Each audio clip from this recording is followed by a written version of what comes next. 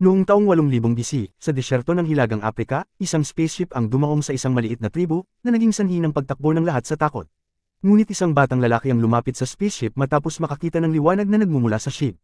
Ang taon ay 1928. Sa Giza, Egypt, natuklasan ng isang pangkat ng mga arkeologo na pinamumunuan ni Professor Langford ang isang malaking disk at singsing na metal na may mga hieroglyph.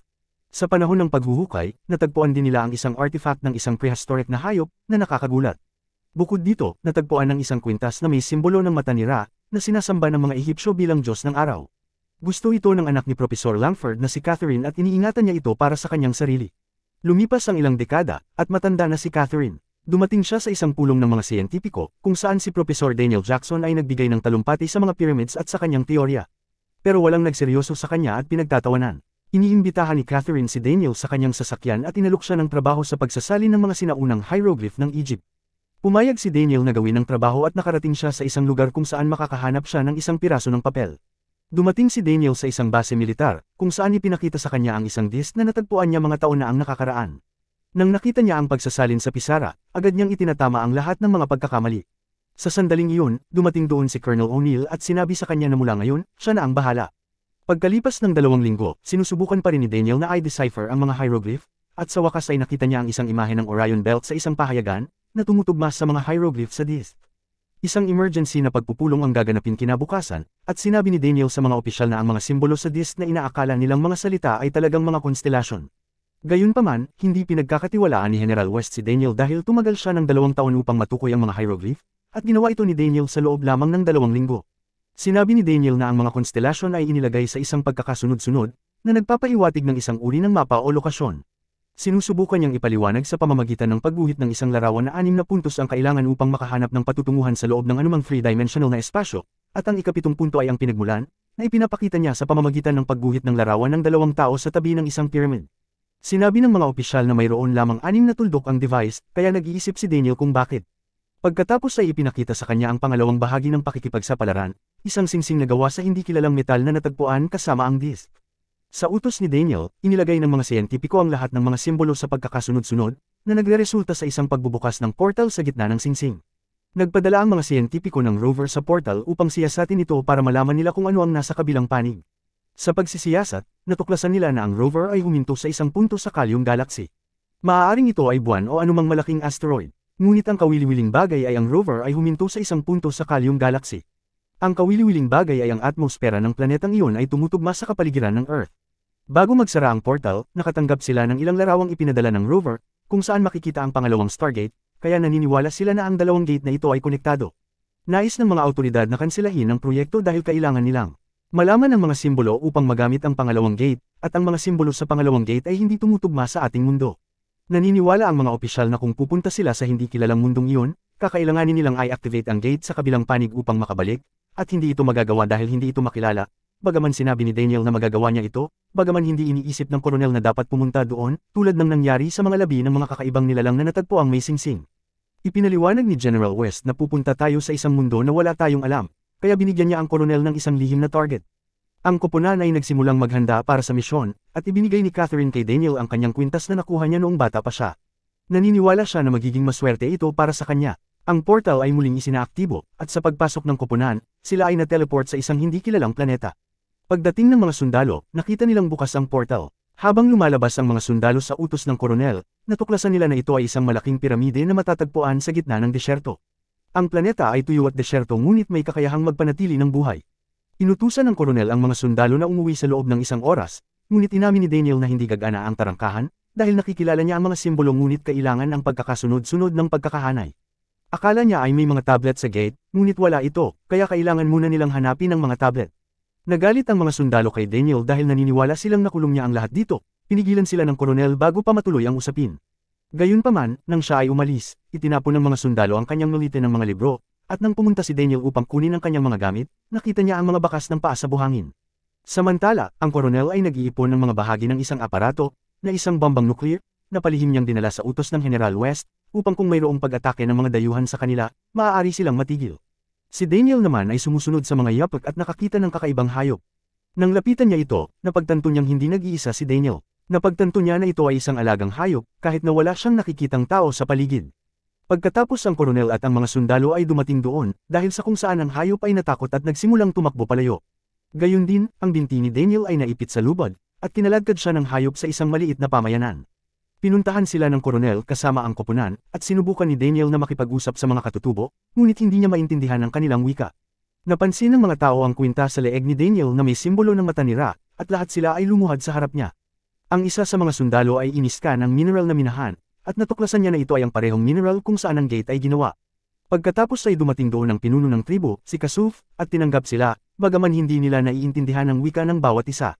Dinala niya sila sa kanyang lungsod, kung saan yumuko ang lahat sa harap ng isang malaking disk na may nakaukit na mata ni Ra. Naniniwala si Daniel na napagkamalan siya ng mga tao bilang isang mensahero ni Ra. Pagkatapos ay biglang tumunog ang isang sirena ng panganib, at lahat ay nagsimulang tumakbo dito at doon. Nakatanggap ng tawag ang koronel mula sa kampo, ngunit dahil sa mahinang signal, hindi posible ang pag-uusap. Ang mga sundalo sa kampo ay napapalibutan ng sandstorm, kaya kinuha nila ang kanilang mga gamit at tumakbo sa loob ng pyramid.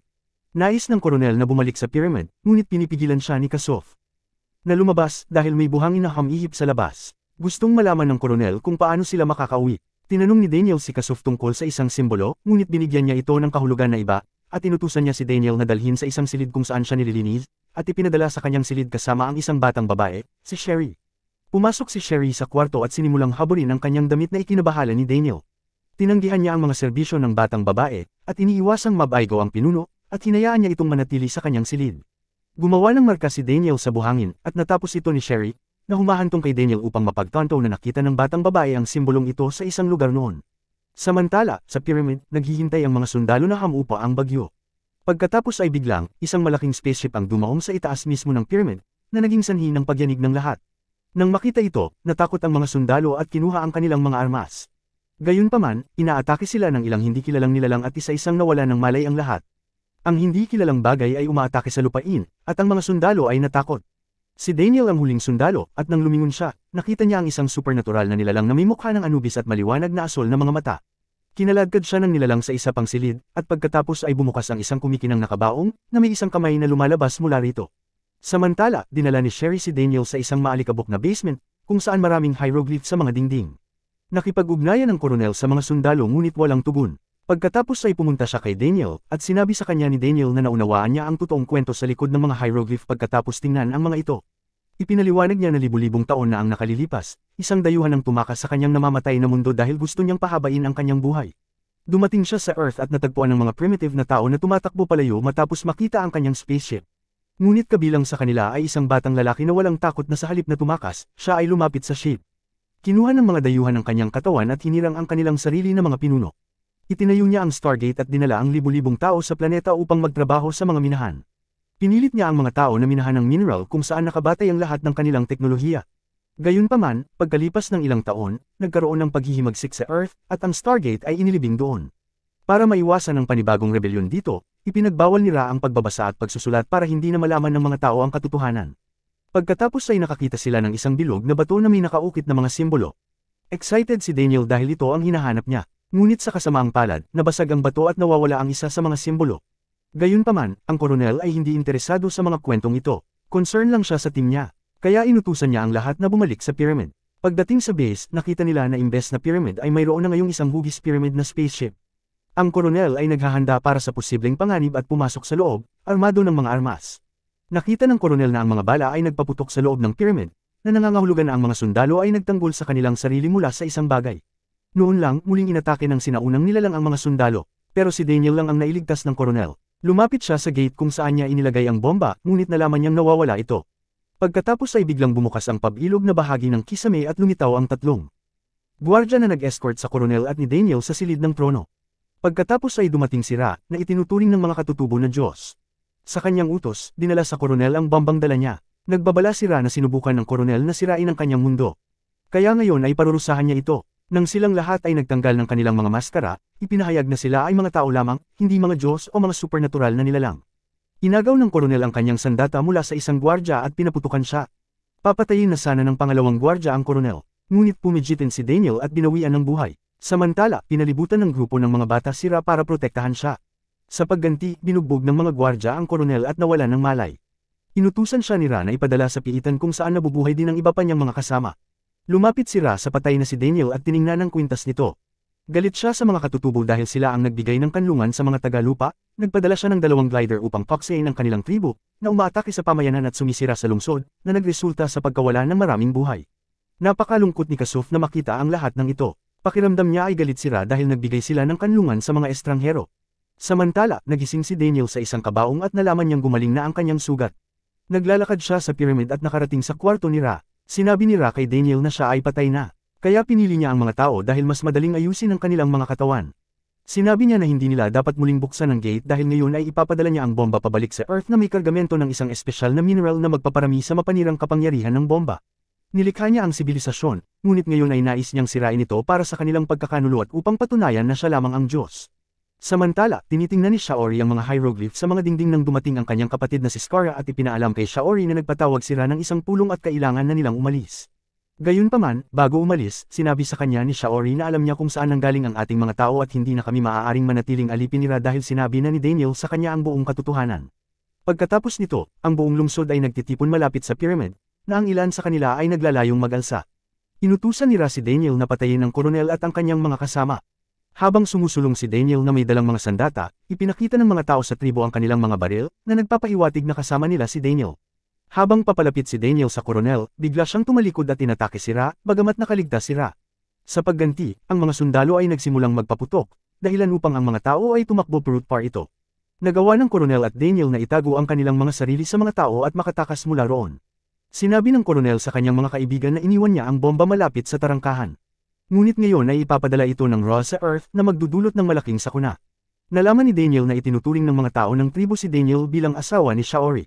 Gumuhit si Scar ng isang tanda ng tagumpay sa dingding na kinikilala ni Daniel bilang ang tunay na simbolo, at sinabi niya sa kanyang mga kaibigan na maaari silang bumalik sa bahay. Ngunit nagpasya muna sila na ibagsak ang pamamahala ni Ra at palayain ang mga inosenteng tao sa mga minahan, kung saan pinatay nila ang isang gwardya, na naging sanhi ng pagkataranta ni Kasuf at ng kanyang mga tauhan. Binuksan ni Daniel ang maskara ng bantay, na inihayag na hindi siya Diyos, kundi isang tao lamang na umaalipin sa kanila sa loob ng maraming taon. Bilang resulta, nagsimula ang isang napakalaking rebelyon laban kay Ra. Ngunit hindi ito alam ni Ra. Nakita ni Ra ang isang caravan na nagdadala ng mga mineral at inutusan niya ang bomba na dalhin sa gate. Sa sandaling ang caravan ay pumasok sa pyramid, ang pagpapaputok ay nagsisimula habang ang koronel at ang kanyang koponan ay nakatago din sa karamihan.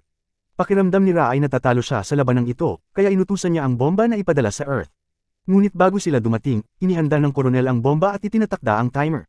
Sinabi niya kay Daniel na bumalik sa Earth at sinabi sa kanya na pasasabugin niya ang gate sa sandaling umalis sila. Pagkatapos ay biglang lumitaw ang isang gwardya at binaril si Sherry, na malubhang nasugatan siya. Desperado, binuhat siya ni Daniel at dinala sa kabaong ni Ra, na agad namang nagpagaling kay Sherry. Samantala, ang koronel ay inatake ng isang gwardya na nagbabantay sa portal.